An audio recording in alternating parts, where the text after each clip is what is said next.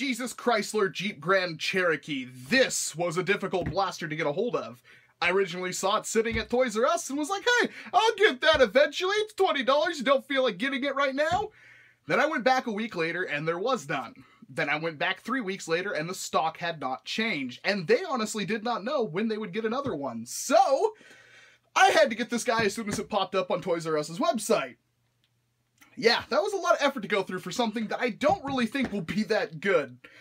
And maybe you can see my reasoning in that. When I was walking through and I saw this thing and I thought about getting it over the Covenant Needler, well, it does look pretty goofy. It could definitely do with some kind of paint job, because while they're trying to make it look not realistic, at the same time, like, it really needs something going for it.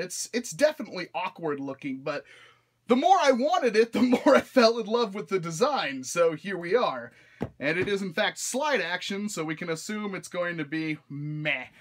Not to say that's terrible, there's not really too many good single-shot, like, rifle-like blasters or anything in BOOMco, and depending on the size, well, this may be a pretty decent one.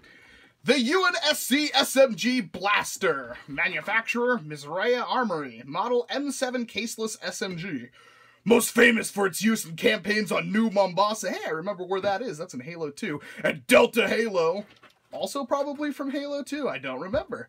The SMG is primarily known for its short-range capabilities, telescopic smart-link optic, and M49 sound suppressors. It has been a mainstay in the UNSC and will likely remain that way for years to come. Well, seeing this thing, I'm assuming that means it's in Halo 5. I'll have to ask my brother that because he just picked it up. Holy crap, Halo 5 came out yesterday. Last night, if I'm not mistaken. Yeah, because today's Tuesday, so technically it came out today. What a thematic review, and this just happened to show up on my doorstep today. And look for more Halo blasters from BOOMco, Darts and Targets, UNSC M6 Blaster, and the Covenant Needler. Blast faster with slide action. No, that's not blasting faster. Blast more with a 6-dart quick clip included. Blast more with 6 darts. 6 darts is actually, I think, the lowest BOOMco clip I have seen. And it's got a flip-up scope. That is not a scope by any stretch of the imagination. And easy grip handle. Hopefully it moves. And it doesn't say anything about a smart stick target. No, nowhere on this this doesn't come with a smart stick target. I swear to God. Alright, let's unleash the beast here.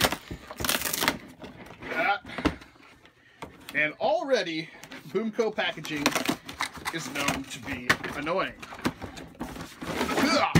Oh, that's not very big at all. What's else in here? Oh, God damn it, Nappa. Oh, there is no target. Damn you, BOOMco. Damn you. Well, let's see how this looks. So, that is a little bit awkward. So in the actual game, this stock is nowhere near that close. And it's, I can get through it because I kind of like these feelings of the stocks. But that is hitting right there on my wrist. It is actually, this is the first time I'm probably going to say one of these thumbhole stocks could be not very comfy. And that does not rotate nearly enough. Nope, I can't put any kind of pressure on it. And it's got wannabe tactical rails on the side. There is not a single BOOMco tactical rail on this thing. Oh joy. Oh my. Well, this is, so far, not looking to be the greatest use of my money. Let's try to free these flippin' darts. Oh, wow, that snapped off relatively easily. It's got like an empty spot right there. Huh. Alright. We're gonna have to use the good old Zacto blade. So one thing I like about the BOOMco darts is I don't have to worry about destroying them when I'm moving them from the package, unlike most Nerf things. 6 darts, huh? They couldn't even be 8. They already made 8 dart clips. I'm sure they had another blaster that came with 6, but I bought all the original ones, and the lowest it came with is an 8, and that was the Stealth Ambush. Alrighty, well, yeah, definitely, I'm going to have to harp on that a little bit. Usually I don't like talking about the ergonomics, but that is not good. Curiously, there is dart storage at the bottom for 6 darts. That's kind of cool. If only this would, like, just be out just a little bit more, that would be super comfy. And, I mean, it goes without saying ergonomics are going to differ for pretty much everyone, but, I mean, I could get past that, but that's worth noting right there. That's definitely bad. Oh God. That clip goes in there quite a bit. Huh, okay. Prime that back. So, and I can keep indexing the clip if I want to. That's not too bad. That's pretty cool. This is, that's not too bad. Ah, okay. Well, we're going to point it up here, and we're going to fire. And nothing happened, probably because the first one always lands on empty.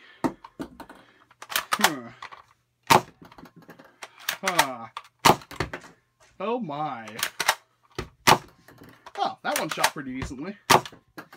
And, well, ooh, something I should have probably checked out is if it has slam fire.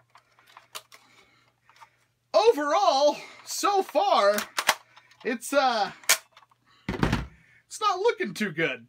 It does advertise 60-foot ranges on the box, so, I mean, I couldn't expect all that much, but the brake flip is hitting substantially harder than this for, again, 60 feet. This feels a little bit on the underside of that. It is not feeling too good. It's very, very slow. Now, BOOMco darts don't exactly always have the greatest velocities, but what they do have is they're incredibly efficient darts, so usually even if they say like 60 feet, they can hit that out of the box. It's going to be angled, but BOOMco darts are great for angling shots anyway, because they're incredibly accurate and stable in the air. But this is looking a little iffy, just a little. I wonder if it has slam fire. That could be very, very important. Does it have slam fire? Let's hold it like this. So it has slam fire in the sense that if you just let go, the plunger rod will just go forward and hit the, you know, move some air.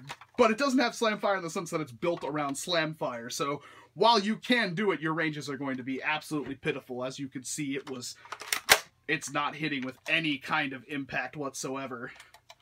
Did it skip a dart? Did skip a dart. Huh. Well, what can we say about this one?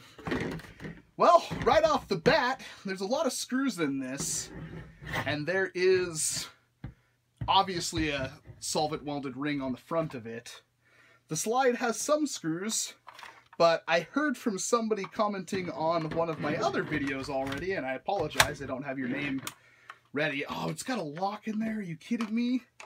That it does in fact have it does in fact have a pin somewhere in it, so it's not going to be easily moddable, but I don't know, maybe it won't be too hard. I'm not seeing a pin.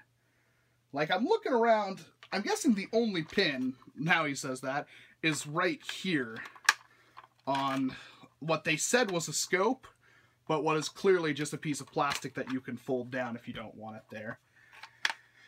That's not too bad. You can definitely remove that without any kind of serious problem. But it's not gonna get a solid recommendation from me. It does look pretty cool. The design has grown on me. I mean, if I really wanted to, here is a 40 dart clip. Oh, it goes in the other way. That looks pretty damn goofy.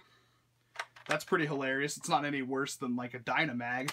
But the Dynamag actually got better ranges than this. So,